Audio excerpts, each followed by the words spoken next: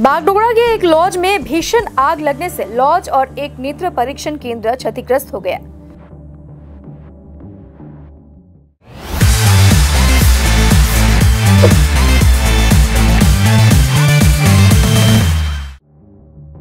आज बागडोगरा स्टेशन के पास एक लॉज में आग लग गई।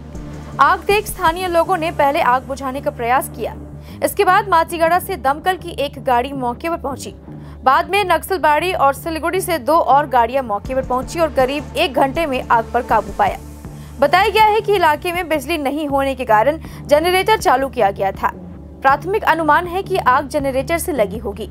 बताया जा रहा है कि इस घटना में लाखों रुपए का नुकसान हुआ है। এখনো বোঝা যাচ্ছে না, এখন এই দমকল এসছে তারপরে বলা যাবে কি পরিস্থিতি। এখন দমকল গেল ভেতরে, এখন কি কোথা থেকে কি হয়েছে সেটা ওনারা বলতে পারবেন না, এখনো বোঝা যাচ্ছে না।